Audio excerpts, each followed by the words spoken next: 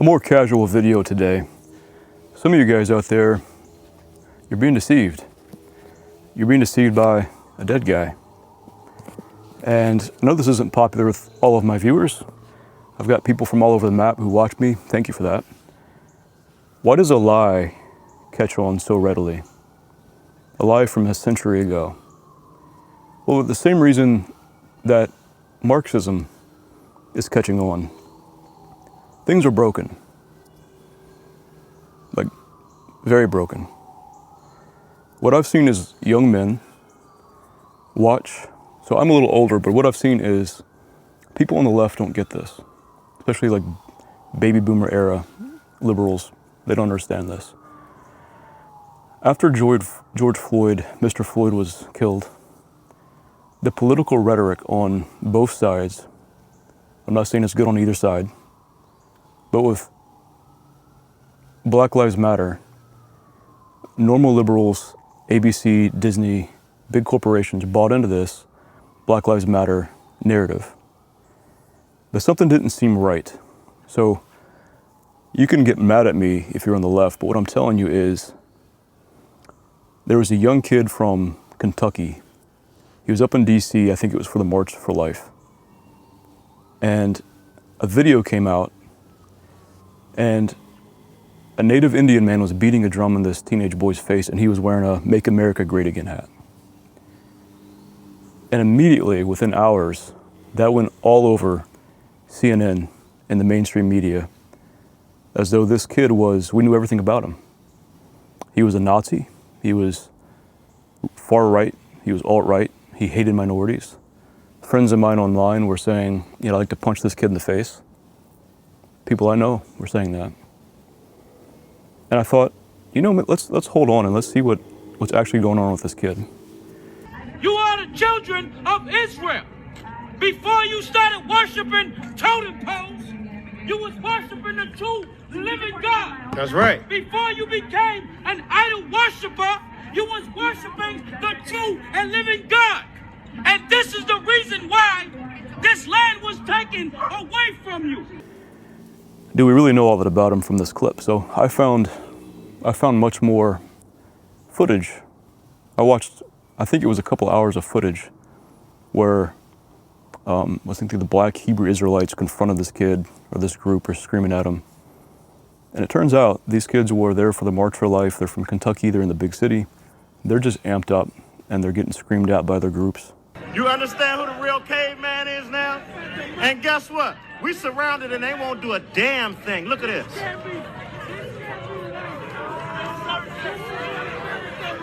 Bold as a lion. Make America great again. Bold as a lion. Look at these. See that? This is a bunch of Donald See that? Trump's sons. This is what Donald See Trump that? incest children look like. See that? A bunch of Donald Trump incest children. Hey! That's right. Look at these seer deep. Hey, look. Look, But they don't see the Look at this, Get them. Get this crap. Look at this seer. Wait, who say the Bullet Boys? Who say the Bullet Boys don't pull out and turn it up? That's shit. So they're just teenage boys and there are adrenaline's going. But the way the media ran with that was pretty awful. It was shameful. It was wicked. They tried to destroy this kid's life, the lives of his parents, the people who worked at that school that he went to. And it turns out we don't know much about him. He's just a kid from Kentucky who was in DC and a native Indian guy to go viral, beat a drum in his face, and that encapsulated the entire movement of minorities standing up against the straight white, dying breed of the American white straight MAGA male. I'm older, that pissed me off, but imagine now being 15, and I have context before this craziness. I remember the 90s when things were less insane. Imagine now you're a young white male and you grew up and you're logging all this away. This is what you've seen. You can get mad at me, but I'm telling you this is what's happened. Meanwhile, there's a woman who was stabbed in the throat on a train by a black man, and the media wouldn't cover it for weeks because it didn't fit their agenda, their narrative. And they only covered it when it had already gone viral across the internet everywhere. So now you have a large group of, it's like a self-fulfilling prophecy. Now you really do have a group of disillusioned, pissed off, angry males who are white. When we say white, what do we mean? White is used as a generic term to lump together people with fair skin, but you're talking about Slavs, Poles, Anglo-Saxons, Germanic, Italians, sometimes Jews are lumped in there. When you say black, what do you mean? You mean people with dark skin. But what you mean is you're lumping a lot of historical tribes or ethnicities together. You lump people together and you generalize. And reality is there's so much diversity of thought and cultures and histories. The United States is huge. And you can generalize all you want to, but I'm suggesting that you've already oversimplified it. But to some degree, you do have a bunch of angry white males who have seen this. So in Washington, D.C., not far from where I live, a Chipotle was just destroyed, trashed. And it was destroyed by a group of young black people. And this stuff is happening all over the country. You can get mad at me. You can call me racist, but I'm saying it's a fact that is happening all over the country. And young men have seen this. And for a while, there's article after article from 2015 on where white men are responsible for the majority of crimes, even though that's statistically suspect. You're acting like toxic masculinity. You know, there's some males who are toxic, or whatever you want to use the word. It's not even a good word, but who don't treat their wives or girlfriends well, or don't raise their kids, or they're self-righteous or whatever. Right, but you've taken that and you've just broadcast on the world this generic white male privilege, male toxic masculinity nonsense. So I know personally people who are suicidal, young men who are angry. Either they can't find a wife because the politic divide is so vast between young men and young women at this point that they can't find a spouse. Some of these guys have spouses and they have children, and they'll work 60, 70 hours a week, hard labor, and they're told that they're privileged. I saw when Biden was in and the stock market was up and the economy sucked. Well, I saw liberal boomers and Gen X people saying, hey, if you straight white male, your 401k is good, suck it up. Groceries expensive? Hey, you're fine, you're straight white. They literally would use the phrase straight white male. Meanwhile, as soon as Trump gets in, the media and the news and the Democrats start complaining about the price of bread and food. So these guys working 60, 70 hours a week just trying to feed their kids, their daughter, they feel like beat down. You can get mad at me all you want to. I'm telling you, this is a phenomenon that's happening in the United States and in Europe right now. So what are they doing? Some of these guys are looking for answers elsewhere. Understandably so, because liberalism has failed. Let's just say it plainly. The post-World War II liberal world order, where the markets will solve everything, this, economic liberalism, and if we just ever increase freedom and diversity is our strength, is what Elizabeth Warren literally said about the military. And that's nonsense. I'm not against other ethnicities, I'm not against people living in the United States, legally. But what I'm telling you is when you start saying nonsense like diversity is our strength in our military, that's just factually untrue. So some of these guys don't want to join the military. There's like viral videos going around saying, you ready to die for abortion rights? Are you ready to die for these confused people with the ever more vitriolic elements of the LGBT movement? And these guys aren't ready to go fight for that. They don't even think they like it. They feel like they would die, them and their sons and their brothers, in a war for people that hate them. That's how they feel. You're on the left right now, you're thinking I'm being way too nice to these guys, but I'm just telling you that's how it is. I'm not saying black people are the problem or the Jews are the problem. I don't believe that. I don't believe that moral or cultural choices are bound to your genetics. I think that's stupid. What I'm telling you is these guys know that this is all failing and that they're being blamed for it. And yeah, they're looking for answers elsewhere. Add to that the idea that what we learn about World War II isn't always the fuller picture in high school or college. So if you study the history of Germany, which is a very complex and interesting topic, I think that Germany's been broken since the Reformation. I don't think it's been fixed since. I think the ideas, and Germany is very influential, the ideas coming out of Germany and in modernity are just reaction from one bad thing into the other. That's the modern world for you. If you have women don't have enough rights or access to certain things in this country, well then you just reacted into insane third wave feminism. Men are the problem, white men are the problem. What is gender? We don't even know what gender is anymore. You react from one bad thing into something more insane and toxic. I think Nazism is another one of those things. Germany, post-World War I, actually post-Reformation, was broken. They couldn't pay their debts after World War I. They were required to pay their debts from World War I in gold. So in the Weimar Republic, that didn't last long, they would try to buy gold to pay off their debts with their failing currency.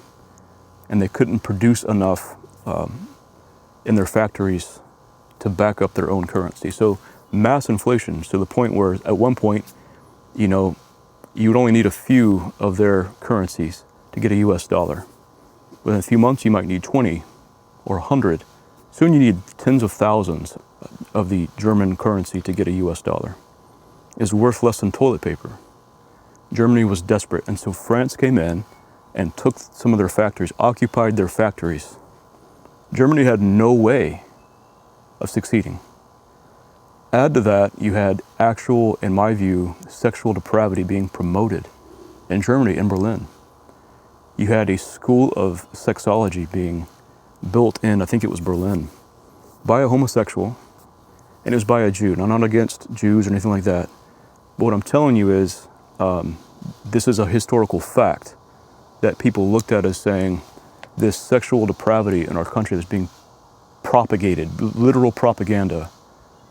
It really was tearing down the society of a culturally rich, overall decent and responsible people. So they were pissed off. And a guy came in named Adolf Hitler who called the problems like he saw them. And that's how the lie gets sold, because he was willing to say the thing. This is a problem. This isn't right. It's failing. You are cowards, you're liars, and you won't say the thing. The problem was he smuggled in an outright falsehood. This book is based on lies. Not only does he call out things that are true, that are failing in his country, and the politicians for failing Germans, he bases his arguments on simple lies. I'll give you one. He says that the culture of a people declines universally when its people are bred out, when their bloodline is diminished. That's just historical nonsense. Also, the idea of the Aryan race I find extremely suspect. I don't find it to be historical or scientific. This idea of this Nordic or Aryan race is silly. But what he said resonated with people because there were real problems that the regular person had to deal with. They couldn't pay their bills. Decadence was being promoted while the regular person was suffering. And I'm telling you, that's exactly what people are resonating with today, who are falling for this same old lie. The left, people don't believe me when I say this, Marxism is growing on the left, big time. And they're blaming all the rich. I think there's extreme decadence, perversion, corruption in the United States among the elite classes and in Europe. I think that's the case. But Marxist rhetoric, that ain't it. Marxism is not the solution. Neither is fascism of any form, much less Nazi fascism. Fascism, there's a variety in fascism. Here is Giovanni Gentile. What is fascism? Here's why this is not the answer. And his fascism isn't the same as Hitler's fascism. I've been called a fascist many times. People don't even know what fascist is anymore. I've been called a Nazi. I'm not a Nazi. I'm the guy you call to fight Nazis. People are so stupid and so flippant with these words, and these words mean things. That young men are saying, yeah, you want to call me a Nazi 807 times and threaten my life and my family? Sure. It's not right, but I'm telling you that's what's happening. Stop calling people Nazi and fascist. Here's why this is wrong. This is not the answer. He says straight up, fascism is religion. What you don't know about Mussolini was an atheist. He rejected the Catholicism of his mother. He used Catholicism to try to win the popularity of the Italian people because it was very popular, wasn't it? He thinks that Jesus was a madman, and he finds hope in scientism and statism. He's a modernist. He's not some Christian. He's not returning us to some ancient view of life or God or the state. He's a modernist. He's an authoritarian. Gentlemen, fascism is a party, a political doctrine, but fascism, and this is its strength, those who you have not yet wrapped their head around it, they know it. This is its great merit and the secret of the prestige that it exercises in all minds that are not victims of the malicious and interminable chatter of certain journals. The more it is a party, a political doctrine, the more it is above all a total conception of life. It's a political doctrine that finds hope in politics and the state as a total conception of life. That's BS. That's BS. There's a pope who wrote an article on it, and I suggest you, and as a papal encyclical, I suggest you read it. So here's a book called The Rise and Fall of the Third Reich. It talks about the failing of the Weimar Republic, how Hitler got into power.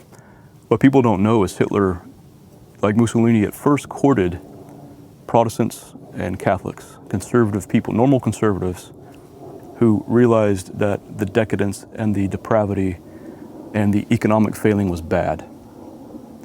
And he called it out, so they thought, okay, well maybe this guy's going to return us to some pre-liberal, something more solid. He didn't. When Hitler got in, he immediately started pushing out the traditional conservatives. I don't mean Republicans, I don't mean neocons, I mean Catholics, Protestants. The Nazi war on the Christian churches began more moderately.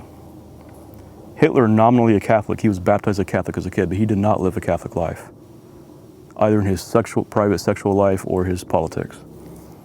Had invaded against political Catholicism in my struggle and attacked both of the Christian churches for their failure to recognize the racial problem. He said, you guys are being too flippant about this. Some people are going to relate to that. Here's what he says, or here's what they did. What the Hitler government envisioned for Germany was clearly set out in a 30-point program for the National Reich Church, drawn up during the war by Rosenberg, an outspoken pagan. This is what one of the Pope Piuses said. He saw what it was. This is actually paganism, a pagan statism. It's a resurrected paganism. They were taking the Catholic youth and banning it, taking people out of the Catholic youth and putting them in the Nazi youth or the fascist youth in Italy. No, we don't want people learning about Jesus quite so much once we get in power. We want them learning about the Führer, statism, not just patriotism. You're taking your patriotism and twisting it towards pagan, statist, absolute power ends. Number one, the National Reich Church of Germany categorically claims the exclusive right and the exclusive power to control all churches within the borders of the Reich. It declares these to be national churches of the German Reich. The National Church has no scribes, pastors, chaplains, or priests, but the National Reich orators are to speak in them. There's no church. This is the same nonsense the liberal French revolutionaries did with their temples of reason. They just gave it another name, with another idiot in charge. The National Church will clear away from its altars all crucifixes, Bibles, and pictures of saints. On the altars there must be nothing but Mein Kampf. Look, I'm not going to tell you that the hope for the United States or for Europe is in the Republican Party or the Democratic Party, certainly. It's all broken. Something has to change. I'm not against immigrants coming here legally, put my cards on the table. No, I don't think black people or white people are more or less inferior based on their value in God's sight. But the language of equality has become silly.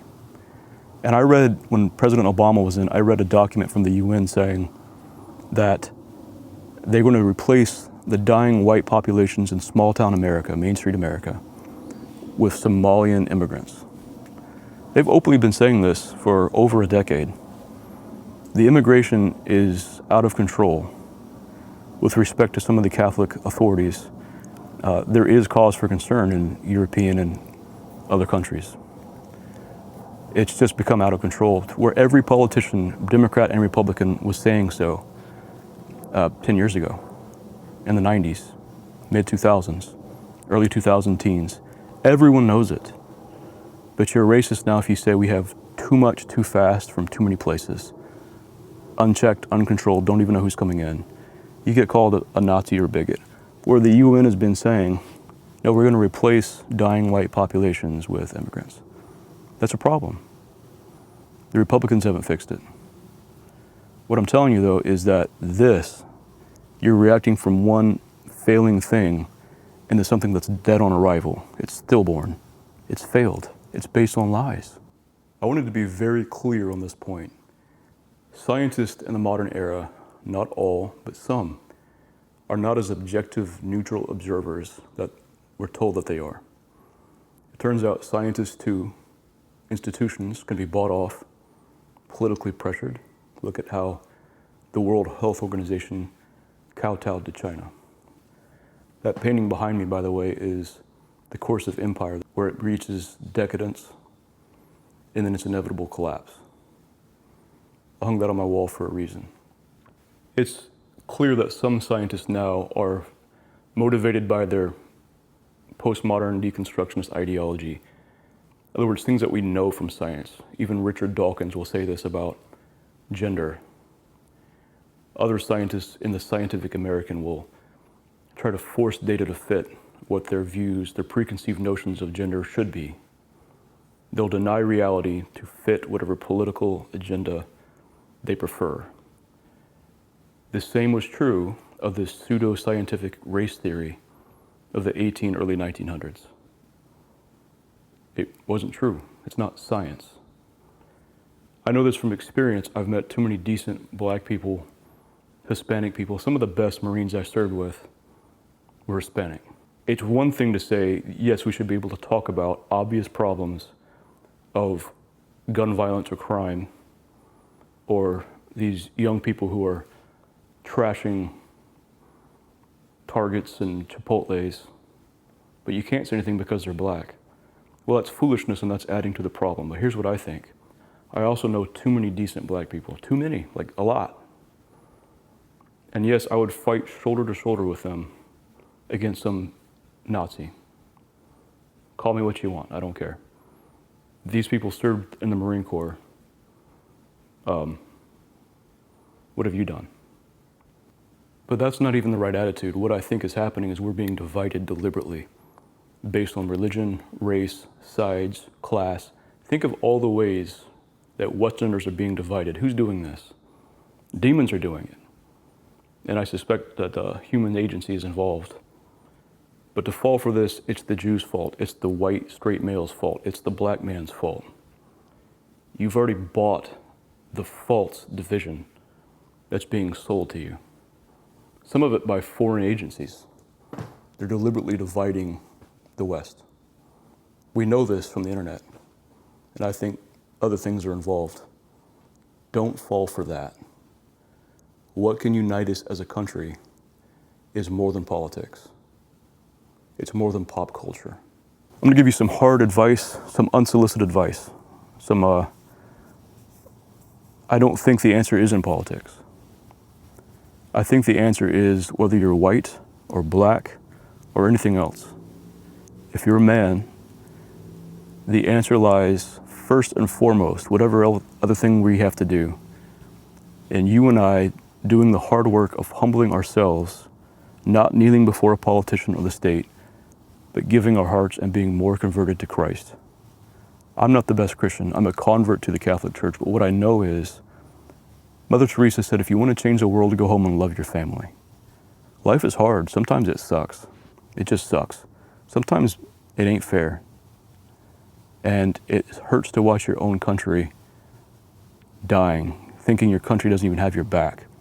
If I went and fought and died for this country, I don't think anybody would care. If my son has to die for this country one day, I think the people he would die for wouldn't care about him. It's a shame. What I know is how I can change the world in my day-to-day is striving to be the best Catholic Christian, best Catholic I can be, the best husband, the best father, to deal with the problems in marriage, to be there for my kids, to give them the best life I can possibly give them, to submit myself to the sacraments and to prayer, to denying myself and my own pagan instincts, my own desire for lust or power or pride. First and foremost, gentlemen, that's how you do it. Not in blaming a single people group, putting all their problems on them. And if you're on the left, stop doing this to white men, to Christians. Stop it. Stop it with that nonsense. But if you're a young man infatuated with this idiot, snap out of it. That ain't it, guys. The answer lies in the cross of Christ. That's all for now. Thanks for watching. Things are dark. I hope you guys have the best day possible and know that your life genuinely matters. No matter what you look like, who you are, where you come from, how things are going in your life, I just hope you know that you matter. God loves you with a perfect love, and your life means something, so don't give up. There's literally always hope. As always, thanks for watching. God bless.